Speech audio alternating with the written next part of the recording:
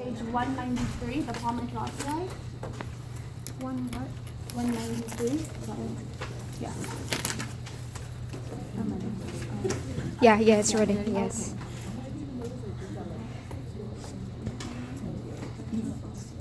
Okay.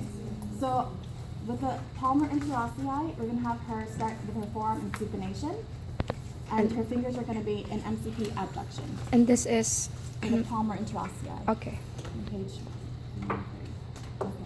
So what I'm gonna do is I'm gonna stabilize at her metacarpals, and then I'm going to apply resistance at the proximal phalanx on the ulnar side of the second digit. Okay. So kind of on the medial side of the ulnar digit.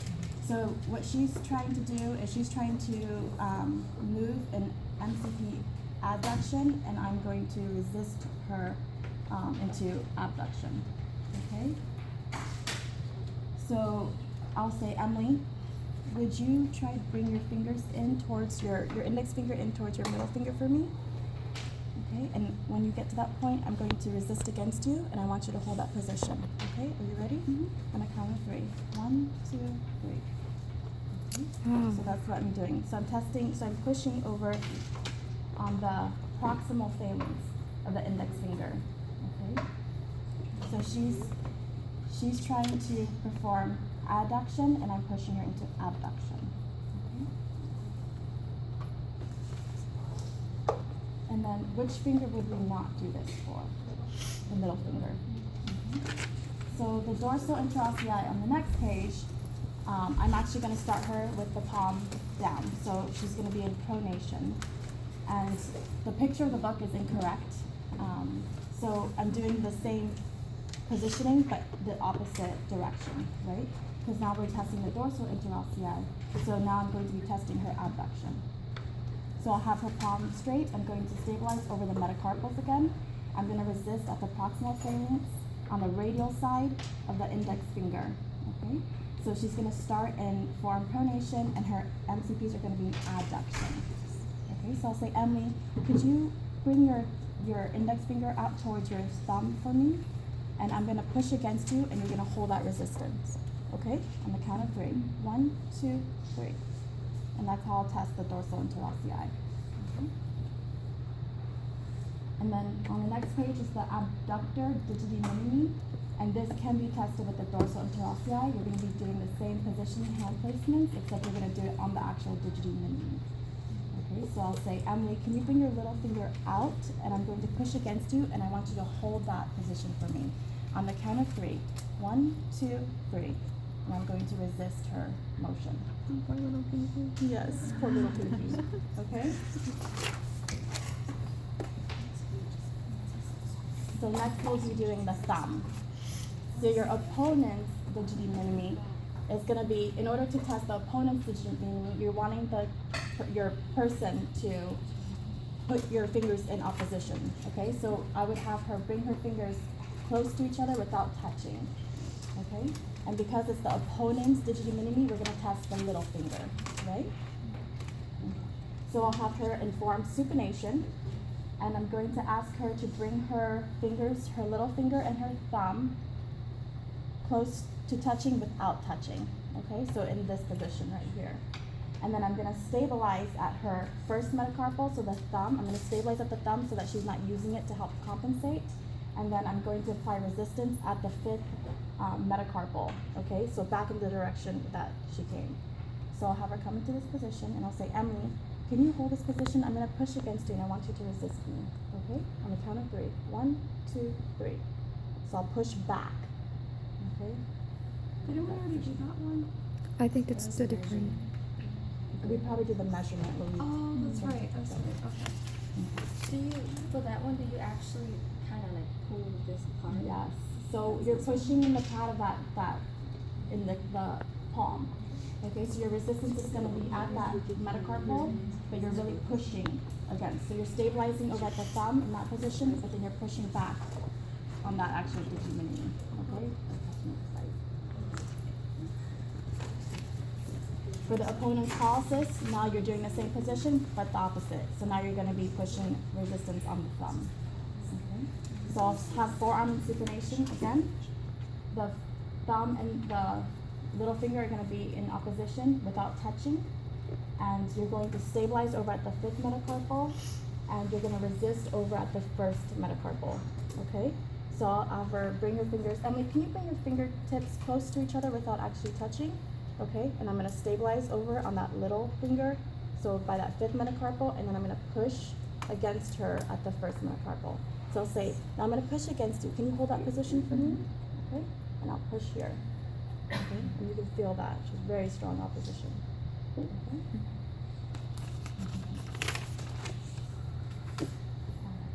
So now we're going to test the flexor pollicis brevis, and once again, form is going to be in supination, and what she's going to be trying to do is her MCP flexion. Okay, so I'm going to stabilize at the metacarpal to eliminate any compensation, and I'm going to apply resistance at that proximal phalanx of the thumb. So she's coming into flexion, and I'm going to be testing pushing back into extension. Okay. So I'll say, Emily, can you bring your thumb in towards your palm for me a little bit? So still, even though I'm stabilizing that metacarpal, I'm holding that joint, she's still gonna be able to put her thumb in flexion. And now I'm gonna resist. So I'm gonna say, okay, I'm gonna push back against your thumb, but if you would hold that position for me on the count of 3, okay? 1, 2, 3. So I'm resisting on that proximal phalanx, okay, in the direction of MCP extension. Did you just hold? I stabilize, so I help. Alright, so then the flexor pollicis longus, we're going to have her forearm in supination. Okay. And this motion she's going to be testing is the thumb IP. So you're going to have her, the thumb IP is going to be in flexion, so that IP, that middle, the interphalange, and I'm going to stabilize at the proximal phalanx. So I'm moving up, okay? So I'm stabilizing that proximal phalanx, and I'm going to resist at the distal phalanx. And so she's going to try to do flexion, and I'm going to push her back into extension, okay? So we moved to this angle. So now I'm stabilizing over at that proximal phalanx, and I'll say, Emily, can you bend the tip of that thumb for me? Good. Now I'm going to apply resistance and try to push you back in the direction extension. Please hold that position on the count of 3. 1, 2, 3. Okay? And so then I'm holding, stabilizing and resisting at the tip of the finger. So stabilizing at the proximal phalanx, resisting at the distal phalanx. Okay?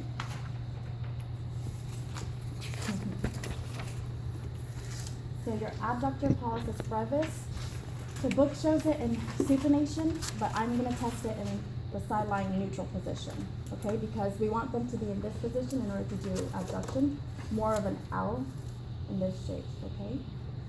So in the sideline position, I'm going to stabilize at her hand to eliminate compensation, and I'm going to resist on the proximal phalanx in the direction of CMC adduction. So she's trying to abduct, and I'm going to push back on her CMC, okay? More so at that CMC adduction, okay?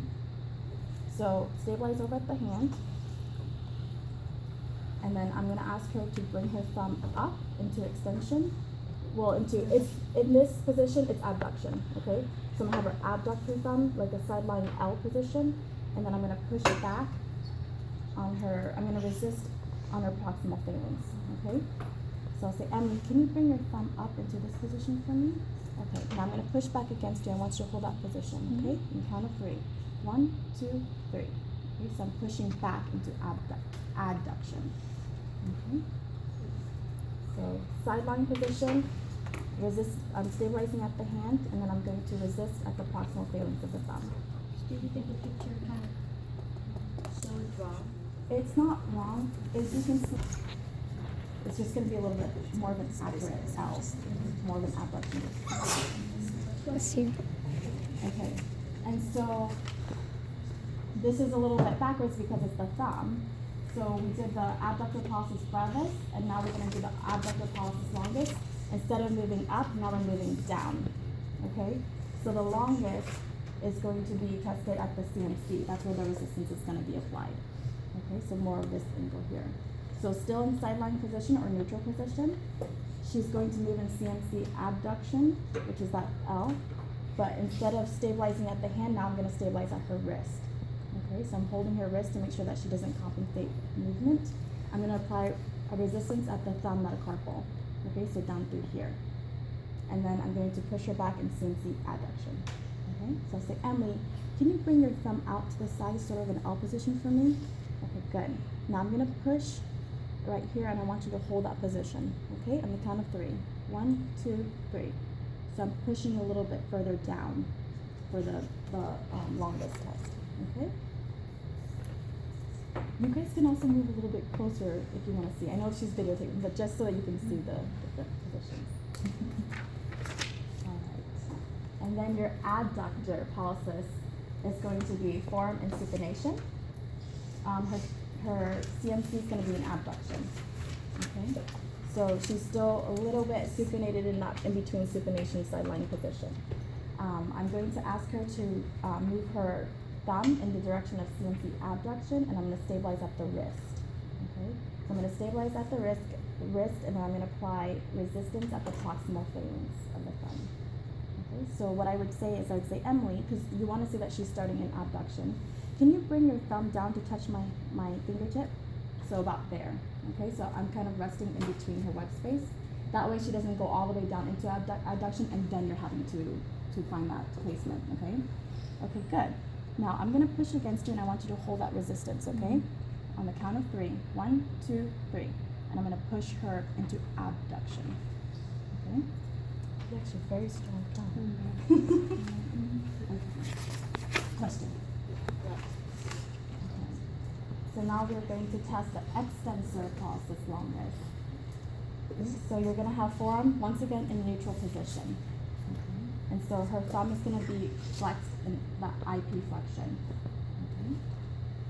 So I'm going to stabilize at the thumb's proximal phalanx, so at that first part of the finger, the digit, and then I'm going to have her go into extension. Okay.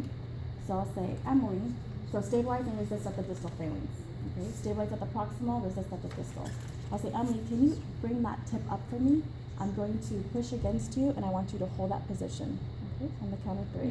1, 2, 3. So she's going into extension, and I'm pushing her into flexion.